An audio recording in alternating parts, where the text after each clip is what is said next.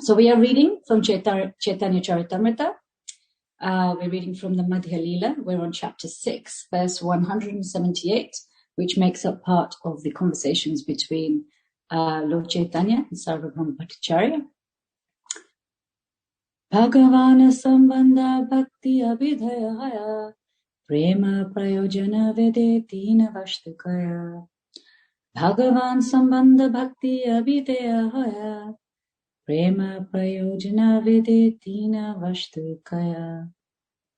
Bhagavan Sambandha Bhakti Abhidhaya Prema Prayojana Vedetina Vashtukaya. Translation. Sri Chaitanya Mahaprabhu continued, the Supreme Personality of Godhead is the central point of all relationships.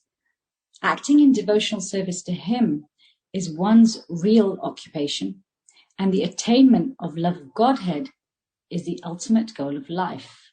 These three subject matters are described in the Vedic literature.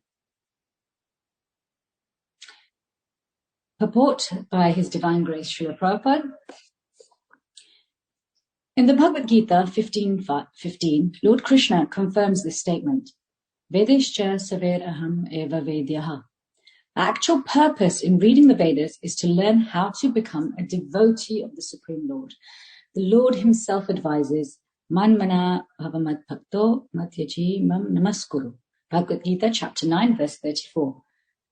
Therefore, after studying the Vedas, one must then execute devotional service by thinking always of the Supreme Lord, Manmana, becoming His devotee, worshipping Him, and always offering Him obeisances. This is called Vishnu Aradhana, and it is the supreme occupational duty of all human beings. It is properly discharged in the Varnashram Dharma system, which divides society into Brahmacharya, Grahastha, Vanaprastha, and Sannyas, and Brahman, Kshatriya, Vaishya, and Shudra. This is the whole scheme of Vedic civilization. However, this institution is very difficult to establish in this age. Therefore, Sri Chaitanya Mahaprabhu advises that we not worry about the Vedic system of Varnashram Dharma. Rather, we should take directly to the chanting of the Hare Krishna mantra and simply hear about the Supreme Personality of Godhead from pure devotees. This is the process recommended by Sri Chaitanya Mahaprabhu, and this is the purpose for studying the Vedas. Please join me in singing Mangalarchanam prayers, even at home. This way we can invite the acharyas and ask their permission for us to be able to not just say something, but for us, all of us together, to be able to understand. These classes are made by those who are hearing, those of you, even more so than the speaker, because everybody's consciousness has an impact on what is spoken about.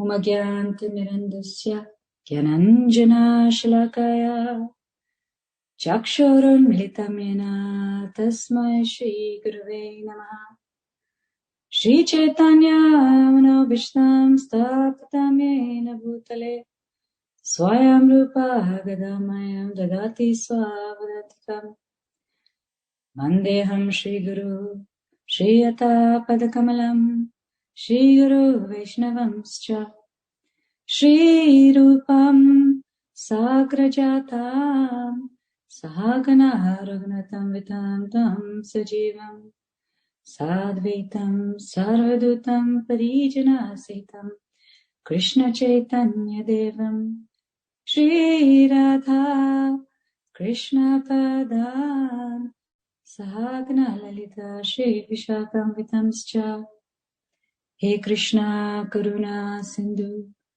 Dina Bandhu Jagatpate Gopesha Gopika Kanta Radha Kanta Namostute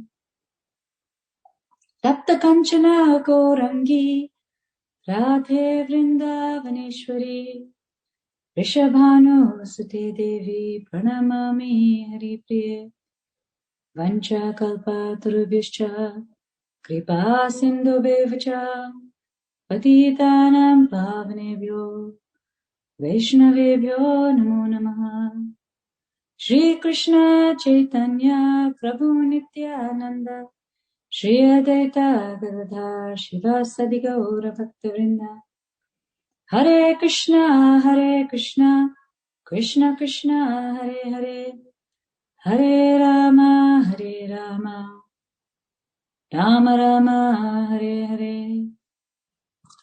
I'm just going to repeat the verse one more time. Bhagavan Sambandha Bhakti Abhidayahaya Prema Prayojana Vedetina Vashdukaya. Sri Chaitanya Mahaprabhu continued, the Supreme Personality of Godhead is the central point of all relationships.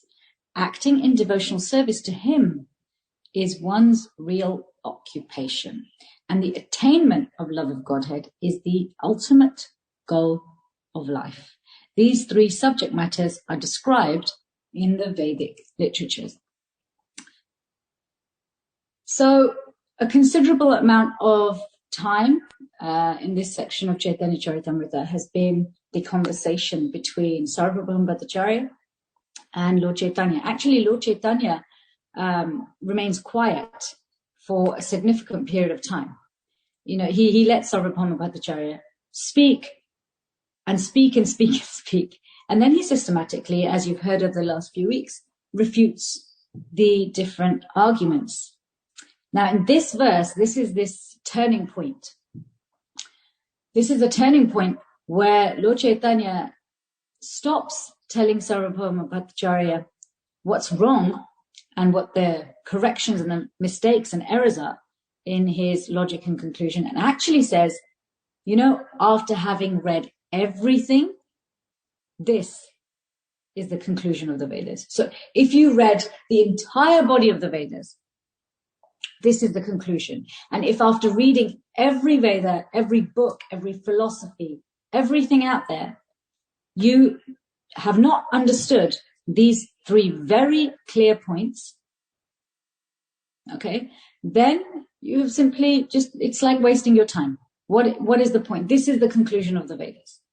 And this is a very key verse for us, particularly as Vaishnavas. You know, Srila Prabhupada describes Chaitanya Charitamrita as postgraduate study. Because actually we can see from this conversation, it takes a long time for a jiva, for an individual to get to a point where we're even willing to accept that this is the goal of life. We get lost in the flowery words of the Vedas. We get lost in the other things that are on offer through the Vedas. Even when we look at the Bhakti scriptures, right? Even when we hear that Krishna says one who performs devotional service is immediately endowed with all mystic siddhis, we can also get distracted by that. There's no suffering. One can get distracted by that. So actually these three statements, which actually we understand as sambandha, the why, you know, the why of our process, what is the hook? Ultimately, it's about our relationship with Krishna. This is the one. This is why we should be doing it. How do we execute this? Abhidheya, through the process of devotional service. And then what is the ultimate goal? Pure love for Krishna. You know, actually this why, how, and what is the process and is the system for everything that has ever been pitched to us, sold to us. If anyone's trying to influence us in any way, and we do exactly the same thing. If we're going to be successful, people want to know why, how, and what. Even in science, hypothesis, method, and conclusion, right? Why, how, and what. So these are essential. And it's through this simple system of the why, how, and what that we determine where our life goes. We determine what goals we have. We determine how we live our life, because there's got to be a hook, a why, right? Something that attracts us, that makes us go, okay, I'm going to invest in this. And, you know, why is it that after having read and heard so much about the conclusion of the Vedas, why is it that we find that, okay, I have the perfect why, relationship with Krishna. This is what everybody's actually ultimately seeking. We are seeking relationship, right? Why do we seek relationship? Because whether we like to accept it or not, whether we are open to it or not, relationship is where we experience most. Now, we can't make a statement that relationship is where we are most happy, but because relationships, especially here, can also cause us equal pain. But we experience. What does experience mean? We get to be. We get to interact. We get to experience ourselves as well, even if it's just the psychological self, even our role in this world. So relationship is the biggest hook. Okay. But, and why, one of the reasons it's the biggest hook is we are naturally designed, even if we don't have a spiritual understanding of this, even if we look around, everybody's looking for an effortless peak of pleasure. We often say we're all looking for happiness, but actually we're looking for that effortless peak of pleasure, right? And everything that is, every idea or any object or any service that's ever sold to us, whether that's through a TV or radio advert or on social media or an influencer, it is sold on this premise that this will give you an effortless peak of happiness, right? And so we see pervading all over society what are the most commonly understood effortless peaks of happiness. What provides the most effortless peak of happiness? What's the most commonly understood universally? You know, it'll be some sort of psychoactive substance, drugs or alcohol, or it will be sex, because these two are quicker and shorter than engaging in a full-on relationship, which requires effort, where there's pain as well. There's sacrifice. So this why is really taken advantage of, the perverted reflection of this ultimate effortless, high that we're looking for, which actually really, that effortless high is natural to us. This is what we talk about bliss. The bliss of the Atma, the bliss of our true self is an effortless high. And it's effortless because it fully manifests when we are in relationship with Krishna. So even having understood that, even having then heard what the process is of how to achieve that, and also having understood or at least heard about prem, the goal, unconditional love, not just unconditional giving of love to Krishna, but actually receiving unconditional love from Krishna. And that's not that he suddenly starts loving us unconditionally. He always has, always will. He will never stop. But we start to experience that unconditional love, not just start, but we continue, and not just continue, but it's ever increasing. Actually, if we read our Goswami's literatures, that unconditional loving exchange begins at prem. Prem is a starting point. So after hearing so much, and Arjuna asks Krishna this question, after hearing so much, after knowing what the right thing to do is, why is it that I still do what isn't good, what isn't healthy, as if compelled by some unseen force? And Krishna very simply says, well, that's lust only. He goes on to explain where lust sits. Lust sits in the mind and the heart. And what do we mean by the mind and the heart? We mean, the mind that isn't just local to the brain. The mind is pervasive. And by the heart, we don't mean, we also understand Atma and Paramatma also in the heart. So we have the spiritual heart. There's also an emotional or psychological heart as well as the physical heart. So this emotional heart that we experience, we'd often talk about pain in the chest. It's linked with the fact that, the mind, our Vedic understanding of the mind is that it's beyond the brain. Okay. And so there is a thinking aspect to the mind, which is very much facilitated by the brain. And there is an emotional and psychological aspect in terms of the feeling aspect, not the psychological, the feeling aspect because psychology means thoughts and feelings. So thoughts come from the brain, and feelings we experience, or at least physically, if we were to locate them, we would point here, right? When you say, I think, we put our hand here. When I say, I feel, I put my hand here. So there's definitely this kind of non-local to the brain experience of the mind. Actually, psychology doesn't in itself mean thoughts and feelings. If we look at the term psychiatry or psychology or psychotherapy, this word psych, actually it's a Greek word, and it actually means soul. It actually means spirit. So really, actually, the conclusion of, and Prabhupada says this elsewhere, that actually real psychology or psychiatry looks at removing this illusion or delusion that we are these bodies. So this lust, the resting place is the mind and the heart. Why is it then that we are more strongly influenced by the pulls of this lust? By the pulls of this, what is lust? Lust is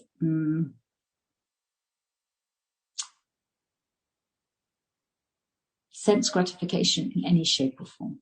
What do we mean by sense gratification? That's that pursuit of that, like it was that phrase, the effortless peak of happiness, isn't it? Whether it's for a new car, a new watch, a new relationship, some status in society, a new position, a new role, our appearance, whatever it is, we are lusting after it because it is a perverted reflection of love, in that it appears to give us an effortless peak of happiness, but the down after that peak of happiness is very down, and the peak of happiness is actually a shadow of the real peak of happiness.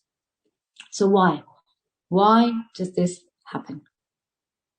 Now, Krishna spends a lot of time in the Bhagavad Gita explaining to us about the mind and how the mind is very difficult to control.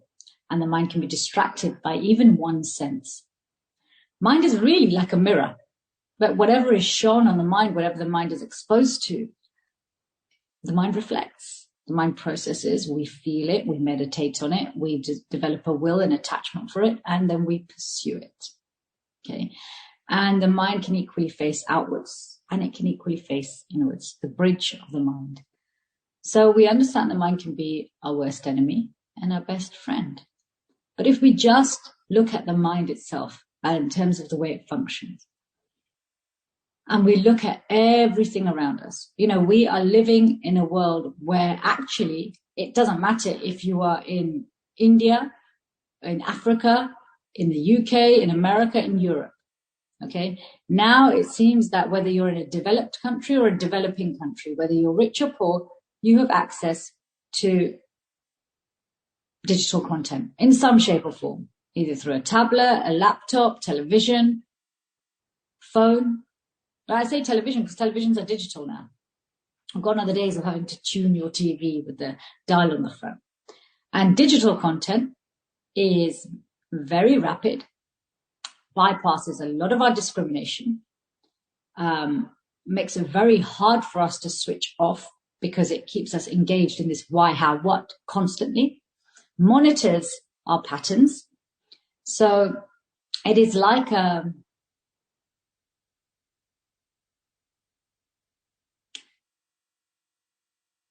drug peddler, right? A drug dealer. A drug dealer keeps their business going by giving away freebies all the time, right? They create new drug users. They know that if they charged everybody money straight away, many people can't afford the drug, or their own discrimination would get in the way. So what they do is they give freebies. They get young people, old people, all sorts of people, anybody who seems like they're vulnerable, looking for that effortless happiness, or looking to get away from misery, or simply they just want to create a business. They look for someone. They give them a freebie. They get them hooked on the why, how, and what. And the addictive cycle begins, where then that person loses their discrimination. Their attachment or addiction to the drug then supersedes even their ability to afford it. And then we have a business, full-blown business for that drug dealer. And somebody who is now feeling like they've lost control of their ability to choose when to seek out that effortless high. So why am I comparing this to digital media? Now, the drug peddler can't predict when somebody needs something. There's always a risk that the person might find help, they might wake up, come to their senses, or something else of more value to them trumps the meaning of the drugs, right? Plenty of people would say they've tried drugs and not become addicted. Not every single person who tries drugs becomes addicted. But what happens with digital media is because everything that we're doing is watched very closely. Our patterns, our desires, our likes are not just being predicted, they're also being molded. Now, I don't want to turn this into a Bhagavatam class about digital media, but what I'm highlighting is in today's world, our ability to give the mind some space to turn inwards, to absorb and digest what we've read, what we've heard, to apply what we've read and what we've heard, is becoming increasingly difficult.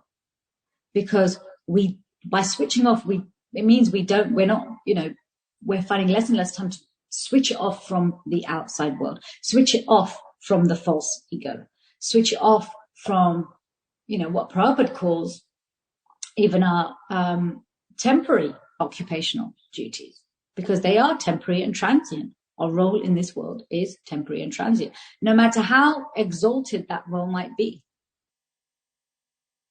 It's temporary and transient. So what is it? This outside noise, everything we're exposing ourselves to, all these many whys, hows, and whats. Why you should have this next new thing, how you can get it, and what you're going to get from it, why you should have it, what are you missing in your life, right? All of these things create our mental dialogue. Now, if 24 hours of the day, and we're spending less and less time sleeping, and then sadly, that's not because we are spending more and more time chanting and reading. We're spending less and less time sleeping because, especially if we are using digital media, even if it's for work, people are finding that they're on that digital media till much later in the night. But if somebody said to you, go to work till 11 o'clock at night, before this digital media came in, you'd scoff at them. You'd go, what are you talking about? I'm not going to work till 11 o'clock at night. Now it's quite common for people to say, oh yeah, I'll check my work emails at 10 or 11 o'clock at night. Even service, right? If somebody told you regularly on a daily basis, do your service at 11 o'clock at midnight. Now, unless it's a specific service that you're supposed to do at 11 o'clock at midnight, you'd say, no, we're trying to create a lifestyle here in the temple where we're able to go to bed early and rise at, 3:30 a.m. and be ready for Mangalarti. But now, just ask yourselves, how common is it for you to be there at 10 o'clock at night, 10:30 on your phone, maybe responding to service requests or arranging something for later? Or even waking up in the morning. If somebody said to you, start your service from the moment you open your eyes. Yes, we understand internally we want to start our service to Krishna, but you wouldn't just jump on the altar as soon as you opened your eyes. There'd be a process to gather yourself, right? You wouldn't just roll out of bed and go and give Bhagavatam class. You wouldn't roll out of bed. Do you see what I mean? You wouldn't even roll out of bed and go to work. There's this time for preparation. But with this digital media, the moment you wake up and the alarm's used as an excuse, okay, here we go. I'm going to, engage again. So this time to switch off, and sleep doesn't necessarily mean that we're switching off, because very much what we're doing in the day comes in our sleep. If we're absorbed in Krishna during the day, our sleep will be absorbed in Krishna as well.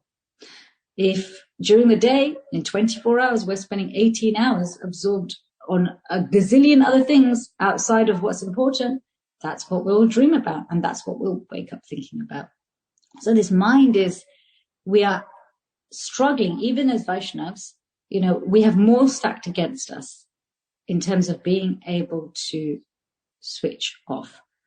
So in 24 hours, we might spend an hour hearing Bhagavatam. We might spend an hour reading Bhagavatam or spiritual literature. We then spend a couple of hours chanting. Okay? Even if we do our 4 hours a day and you're resting for 6 to 8 hours, that leaves a lot of time to hear about a lot of other things. Hear a lot about other sambandhas, other abhidayas, and other prayojanas. Okay. So, and what happens is when we're hearing all of these things, plus our previous conditioning, which really locks into all these other different things we're being exposed to, because it's cumulative. This is how the mind is. You layer an impression on an impression on an impression and keep doing it. We believe what we hear, we believe what we see, and we forget who we are.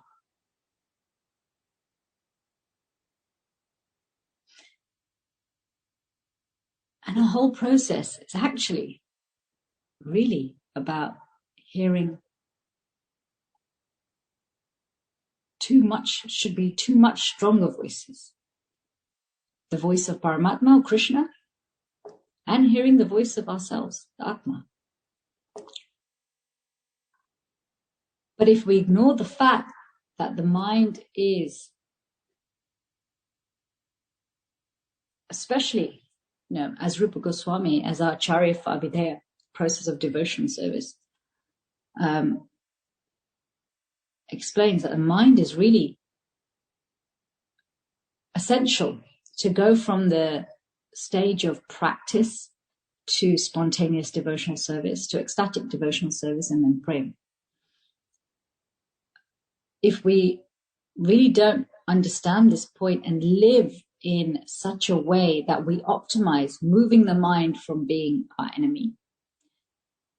And what do we mean by this enemy? We mean it is giving us all the perverted reflections of love. We look at lust, envy, greed, illusion, anger, madness, pride. They're all actually manifestations of the opposite of love, which is fear. Right? They're all rooted in fear. The anxiety. I'm going to lose myself and I'm going to lose what I have. And when the mind is absorbed in all of these things, because the other sambandhas, abhideyas, and prayojanas are completely feeding off those fears. They feed off pride. They feed off envy. They feed off anger. They feed off bewilderment, illusion, madness, and ultimately they feed off fear. You don't have this. You need this. You're not good enough if people don't see you like this, right? Even to the point where envy can even be glamorized, right? You look at books that we've read. You look at literature that we might have read as children, even as teenagers, movies we watched, the high school experience of, oh, wear that outfit. Everybody will be so jealous. Have this person in your life. Everybody else will be so jealous. Get these grades. Oh, your happiness is based on other people's misery. We were having a discussion yesterday in one of our sanghas and really having a unpacking of what the kind of things we're exposed to. And, it's actually pretty amazing. If we look at a lot of the things we've watched since we were children, even in cartoons, and then teenage programs and adult programs and these different ratings that they have. What are the ratings related to, right? All of these ratings are related to the degree of sex or violence that is contained in each of the programs. Again, that effortless peak of pleasure, right? Because anger, violence gives you some sort of peak of pleasure, right? So even those give you some sort of peak of pleasure. People will say when I feel angry and I'm able to express it, it feels good, right? So, but if we actually walk past someone's window, and this is a crude image, so I don't want you to meditate on it, but if some of the things we watch and is very freely made available to children and adults on TV, on social media, if we were walking past someone's window and we saw those things happening, we would never stop and carry on watching. Not only would we never stop and carry on watching, especially if it's violence, we would probably alert someone and get help. But now we entertain ourselves with those things, convincing ourselves that it's not real, it's just pretend. But in the mind, it's real. And in the mind, it creates new sambandhas, new abhideyas, and new prayojanas. Okay? And even if we don't watch sex and violence on TV, these things have their subtle forms in terms of control, in terms of envy, in terms of collection of material things, in terms of strengthening the I in this world, the validation, the experience. I am here. Okay, so whose voice should I hear? How can we turn up the volume on Paramatma? How can we turn up the volume on the Atma? And how is it that we turn down the volume on the mind? Okay, because first of all, we need to turn down the volume of the mind before we can even look at, right, I'm going to turn down the volume of the mind, then I need to clear all this debris, all this collection of millions of lifetimes and millions of moments, even in this birth, millions of moments of experiences. And I also want to transform.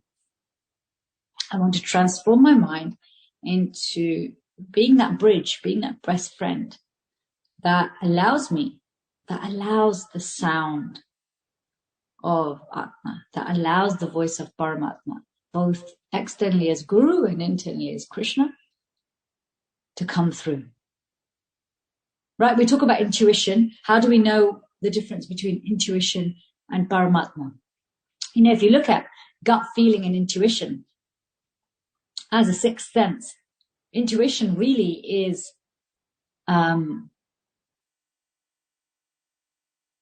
information that we've gathered from many places, experiences we've gathered from many places, and mainly across different time frames.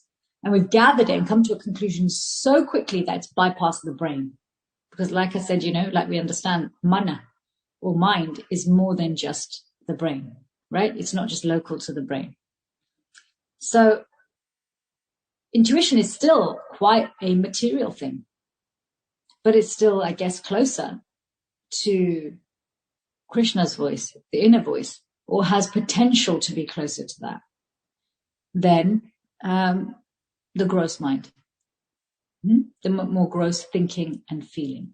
And the reason I say potential is because this intuition's there to develop to various degrees in all sorts of human beings. And some people use this sixth sense to connect with the metaphysical world and with spirits and ghosts and other entities. Some people use their intuition in their work, their sixth sense in their work. When you've been doing something for a really long time, you can put things together without all the gross information being there in front of you or to hand, because it's just comes together, right? And bypasses your brain. You're not even quite sure how you got there. And then there's, when we're following this process of bhakti, our intuition, our ability to bring together our experiences and learning and information and feelings from many different moments in time and many different experiences, including our spiritual experience, is possible because we're engaged in devotional service. So we are open to that. So this process that we're given of, you know, Prabhupada explains hearing, chanting the holy names actually starts with chanting the holy names, and hearing, which we include, you know, hearing and reading, associating with sadhus and guru. These things are what quieten the mind. Okay, because we are, first of all, the holy names quieten the mind. We understand it's not just mantra, right? Frees the mind of busyness, frees the mind of the pulls of the enemies of the mind, and really helps the mind to just be calm and not busy all of the time. So our process, at the very least, you start chanting, the first thing people experience, even if they have no information about Sambandha, even if they have no information about Prayojana, even if the only thing they do is, if the person picks up a bead bag and starts chanting, they will experience some quietening of the mind. But as you do it more regularly, it's important then to start understanding Sambandha and Prayojana, because what happens is, and particularly with the Mahamantra is Krishna. He's not just here to give us a peaceful mind. His love is capable of doing so much more than that. The next thing is purifies or cleans the mind. Oh, now this means shaking things up.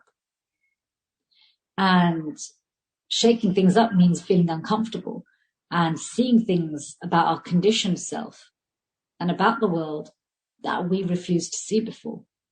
And if we don't have information on Sambandha and Prayojana, then it becomes difficult to state with that, which is why, we may propagate chanting, kirtan or japa on the premise that it will make you peaceful and it will make you calm.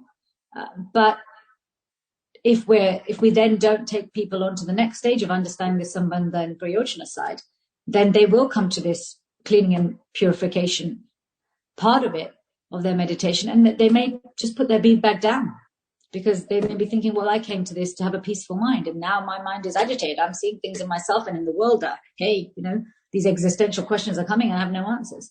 So there has to be a natural progression. We can't just stay at the whole, oh yes, the Maha Mantra is good for just quietening the mind. Because we all know, if you're going to take to practicing it seriously, there's many times when your mind is not quiet when you're chanting. There isn't always a feeling of, this is so wonderful and peaceful. And then the next stage, transformation. Transformation in that not only, the first stage of transformation is everything we hear and we read and everything that's within us from Paramatma and Atma gives us, then we then start to practice. Okay, well, mind is giving me this enemy type dialogue. Let me transform that to friend dialogue. We do it actively. We practice. And as we practice, it's like changing a ship's direction, right? When you change, especially in big ships, direction, and it takes a small 1 degree shift, you can change the destination of that ship, right? So in these small shifts, these little practices of being scrutinizing with Shastra, being regularly introspective, being insightful and humble, we start to change it. And our mind starts to slowly turn more and more and more inwards. So much so that bridge, that side of the bridge of the mind where we just can literally walk to the spiritual world using the mind, that transformative process where we no longer have to keep practicing Vaishnav achara and prachara, Vaishnav words, thoughts and actions, becomes natural. And this transformation actually becomes a window. The mind becomes a window to the soul. Because actually spontaneous devotional service is first practiced in the mind. So when we are engaging in our activities of Krishna consciousness, if we are quietening, cleaning and purifying the mind and then transforming it, then it is natural that the voice of Guru becomes louder, both outside and within. It is then natural that our own voice, our real voice, becomes louder. And then even if the world continues the way it's going now, or even worse, if things escalate even more to the point where, I don't know, we might even have, I think there was something I heard about glasses, maybe they've already come out, that actually your computer's inside your glasses, so when you can look through the glasses to see around you, and you also you can look inside the glasses and you have a screen in your glasses. Soon I'm sure that'll change to something where they put it in your brain. I mean, things are just becoming more and more invasive. It doesn't matter even if things go to that level. When our mind is on our side, when we are understanding Sambandha, Avidya, Prayojana, and our practice of it, our engagement with our real life is so strong that actually everything else around us doesn't then have that same pull. We can't wait for the world to become a peaceful place. We can't wait for the world to become conducive to Krishna consciousness for us to decide to go deeper. It just doesn't work like that. This is why Bhaktisiddhanta Saraswati Thakur said to Prabhupada, when Prabhupada said, hang on a minute, you want me to preach the West, but we're materially, behind the West. They're in charge of what's going on in the world. We try and do what they do. Bhaktisiddhanta Saraswati said, you can't wait for any material condition to change.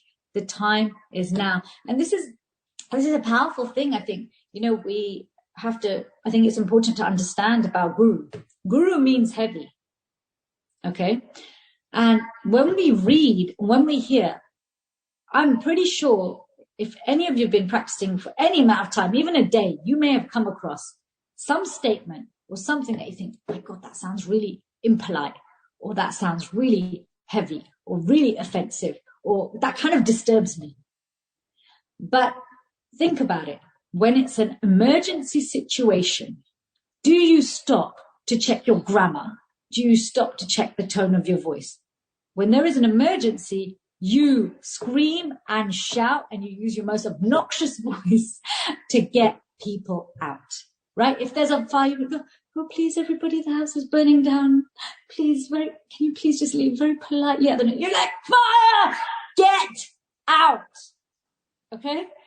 So when we hear Prabhupada, some of Prabhupada's statements, maybe even your own guru's statements, okay? Oh, that made my skin crawl, or that really, pinched my ego. It's emergency. Okay?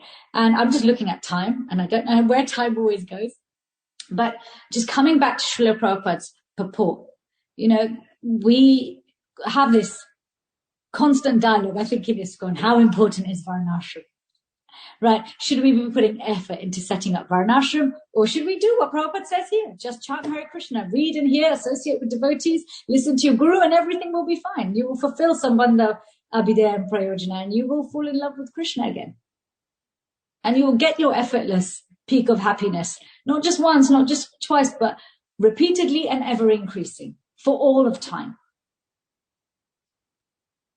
Okay, but he says the ideal setting for this to happen is Varnashram, right? That in this world we are engaged appropriately. And one of the challenges we have to setting up Varnashram is because we keep getting pulled by these outside influences. How many of us don't know what our career should be because we're influenced by the fact that we have to make money and we have to look a particular way and have particular things, when our actual Varna might not attract as much Lakshmi. And actually all the Varnas are not meant to be wealthy and rich and live in opulence and, sleep on super king-size beds. Okay, so it's, an ashram as well, we get pulled left, right, and center.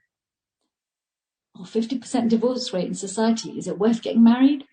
Even amongst devotees, I see the same thing. Is it worth getting married? Should we have children? If I don't have children, then I can do more service. We take these outside influences, they get mixed up and we get confused. So all this mental noise makes it very hard for us to set up Varnashrams. That's why Prabhupada says, look, just start chanting, start engaging in the process, and when your mind is clearer and you can hear the voice of Guru and Sadhu and Shastra properly, then Varnashram also becomes very easy to do, because we don't have this spiritual narcissism. Okay, everybody talks about narcissism. What is narcissism? I am what the world sees.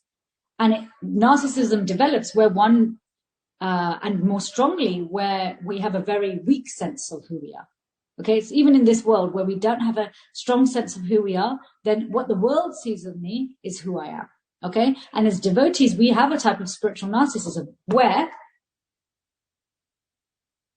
if other people think I'm a devotee, then I'm a devotee. But am I actually a devotee? Becomes quieter and quieter, right? And humility means, hang on, even if nobody recognizes I'm a devotee, am I becoming a devotee? So narcissism and humility are like opposite things, but it's very hard to be humble if we really aren't content and satisfied in who we are in this world. It's difficult. Because if we're not, then even in our spiritual organization, we will constantly be chasing after, what do other people think of me? Do they think I'm a good devotee? Do they see me as a devotee? Okay, and it's very, very grounding. Anyway, I just wanted to make a couple more points, and I don't think I'm going to be able to share the other things I wanted to share with you, but maybe I can cover them very briefly. We talk about the just coming back to Sambandha, that ultimately Krishna, our relationship with Krishna, is the center of all other relationships. This understanding philosophically that the soul is Satchit Anand, eternal, eternally blissful and wise. What is the mood that embodies eternal bliss and wisdom? It's Dasanudas. Powerful, isn't it? Lord Chaitanya, through his Trinadapi Sunichana verse, okay, he explains to us that actually the acid test, really, of when we are experiencing eternal bliss and wisdom is when it will lead to this natural, authentic sense of dasanudas. Not practiced, it's there it's manifest. That is who we are. That is what brings us most pleasure. That is the effortless high of Krishna consciousness. And if it feels like an effort, or if it doesn't give us a high, that means it's coming, that experience is not coming yet from who we are. And coming back to this point about Varnashram, the reason Prabhupada again says chant first, because even if we get the Varna and the ashram right, when it's separated from Krishna, it's ultimately not satisfying anyway. There are plenty of people in the world who are in the right job, who are in the right occupation, who are in the right ashram, and it will still give you the pangs and the pain from birth, death, and disease. Now, I was going to share 3 slides, but I won't. But the 3 slides were really just focusing on, just because I'm looking at time, and I know I want to hear from some of you, your comments, etc., and your realizations, or any corrections you might have. But what I wanted to share with you is, if we want to dive deeper into Sambandha, Abhideya, and Prayojana, we have acharyas, we have a family, beginning right from the spiritual world, right, who are still with us here in this moment in time, that we can access, that we can have relationships with, that we can hear from. They're there to look after us. They're there to guide us. They're there to empower us. And each of them take responsibility for different aspects of devotional service. We understand, like Haridas Thakur is the Namacharya. He's in charge of helping us to understand how to chant in such a way that we attract Krishna, that we become one with the holy name. So also Sambandha, Abhideya, and Prayojana, we also have our different acharyas. So if you want to understand more about Sambandha, the why of Krishna consciousness, or understanding why our relationship with Krishna is so important, the acharya is Sanatana Goswami. The presiding deity is his personal deity, Madhya Mohan, who's now in, I believe, Karoli, in Rajasthan. And some of his writings are Hari Bhakti Vilas, Brihat Bhagavatamrita. And those who've read Brihat Bhagavatamrita, you'll see it's entirely about relationship. And Brihat Vaishnav Doshini. We then have our acharya for Abhideya is his brother, Rupa Goswami. And the presiding deity for the process of devotion service is Sri Govindji, who's also in Jaipur now. And we, if we haven't, then we should all have read Nectar of Devotion. This is our handbook for Abhideya, the execution of devotional service. Prabhupada says in a lecture in 1970, on the 27th of June, American date, I think.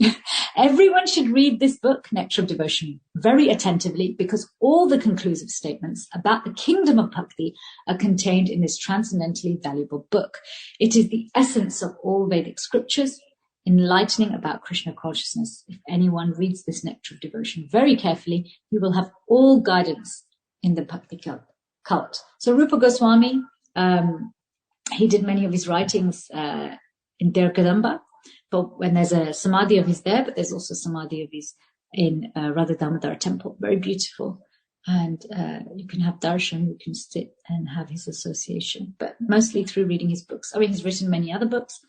And just because of time, then there's also Acharya for Prayojana is Raghunath Das Goswami. His books, writings include Stavavali, which actually includes Manashiksha and Vilap Kushamanjali, Mukta Charita and Dan Kili Chintamani. These really focus on prema. Very esoteric writings. And these 3 personalities spent 40 years in Vrindavan. 40 years in Vrindavan, excavating sites of Krishna's pastimes, writing, and performing their internal bhajan, and preaching, and establishing temples and teaching others how to worship. And they actually left very similar time apart, and there's a whole other pastime about that, but we are short on time. But next time you're in Vrindavan Yatra, please take shelter of these deities and their respective personalities and acharyas. Because, our real life of Krishna consciousness gives us so much more than anything else out there. And anything else that is out there, we are better able to utilize it and are enriched by it simply by being Krishna conscious. We don't have to cut ourselves off. But if we don't know how to use a knife, better to stay away from it until we know how to. So the outside world is like lots of blades. But as we deepen our Krishna consciousness, we become expert in how to use those sharp blades in Krishna's service without getting hurt. Thank you very much for your time, and thank you for, having your videos on so I can see a few of you, and for being so patient. Any comments, corrections, questions, please? Thank you, Chiti Shakti Mataji. It was a very, very beautiful class. I feel very inspired. And so in the beginning, you mentioned how CC is the postgraduate study, how Prabhupada established in that way, because only those who are willing to accept our goal, our Abhideya, our process, will look at this and consider it as a possibility. Then you went on explaining how love for God only begins at Prem and expands from there on. And you went with this very good perspective on the three brains, the physical brain, the emotional brain, the spiritual, heart, the three hearts, and how feelings and thoughts, they have their different spaces and methodologies of ways of working. And this love is blocked by lust, as Arjuna asked to Krishna in Srimad Bhagavad Gita.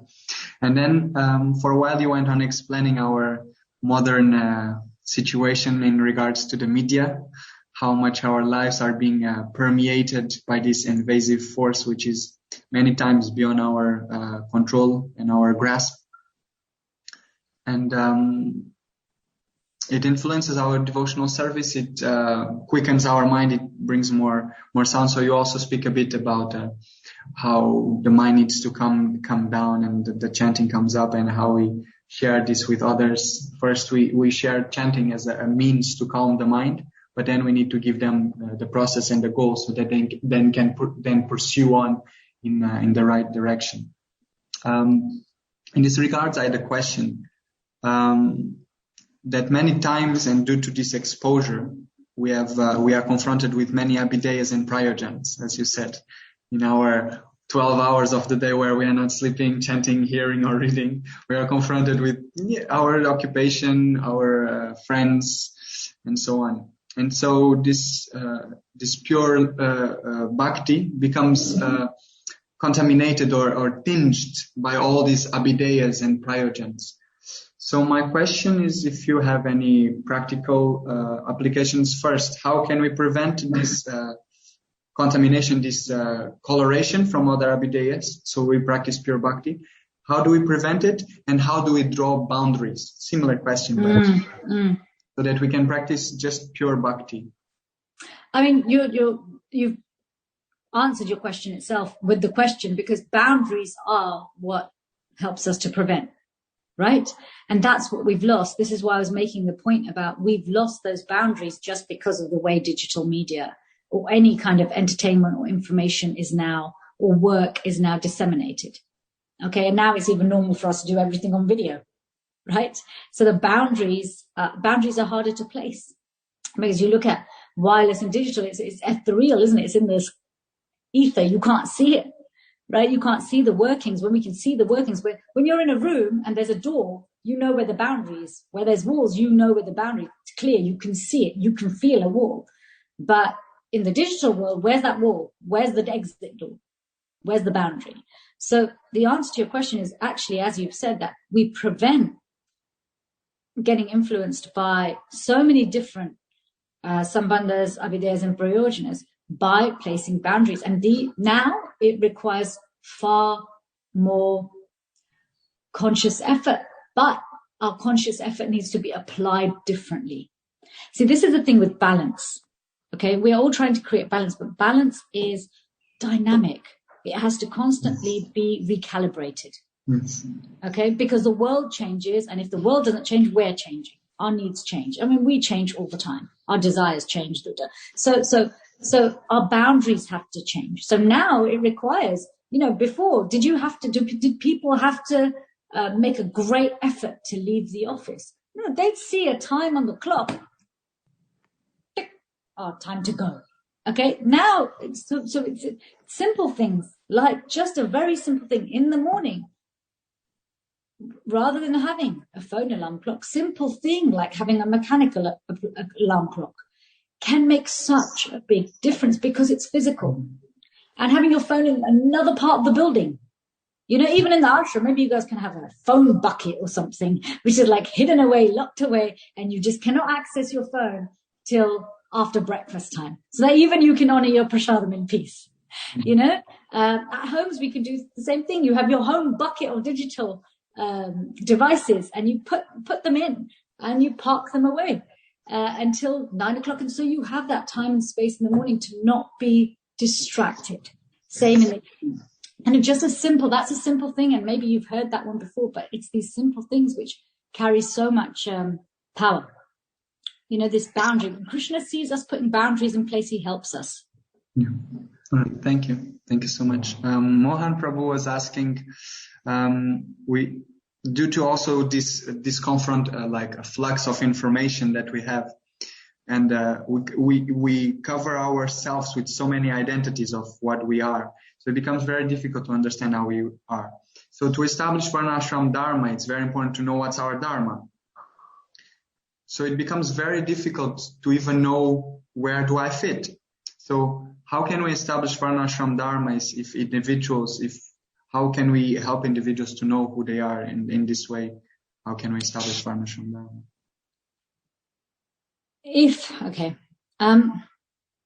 Really, ideally, Varnashram Dharma, ideally executed, has to start in childhood.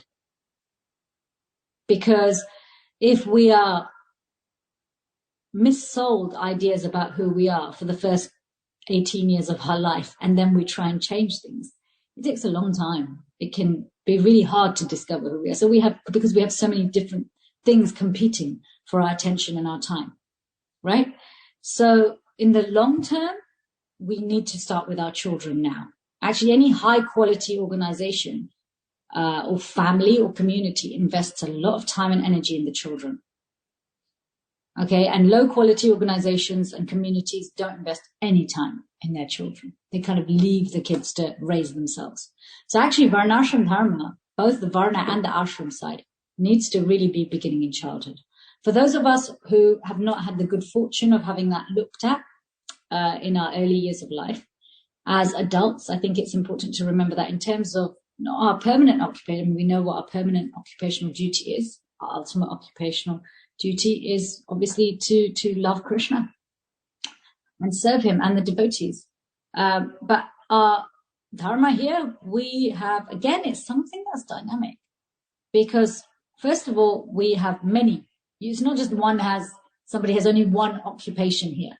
Occupation has to go beyond meaning, because it's a very narrow-minded perspective to think occupation is what brings me money and what maintains me. Right? That's a very modern-day materialistic concept.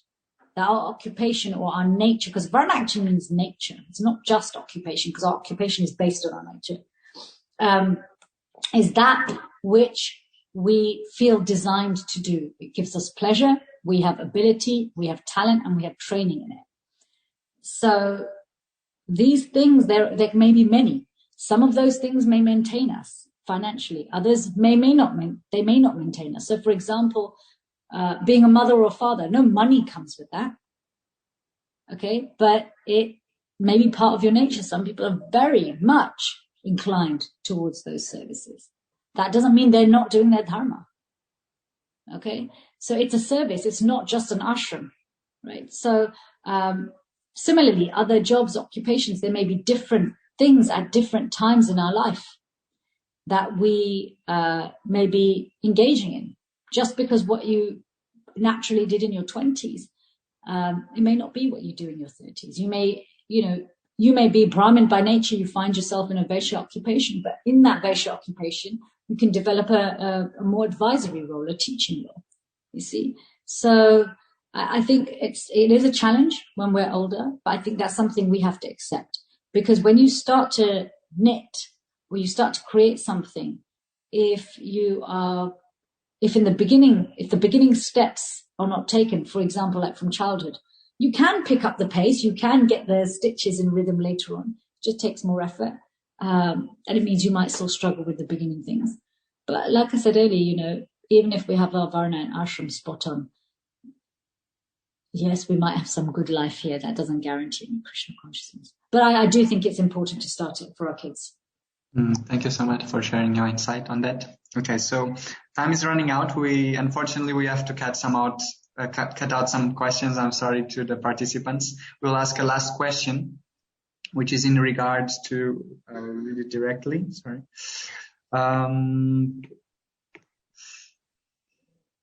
How to practically differentiate between the words of the mind and those of the Paramatma? How to not get confused by these two?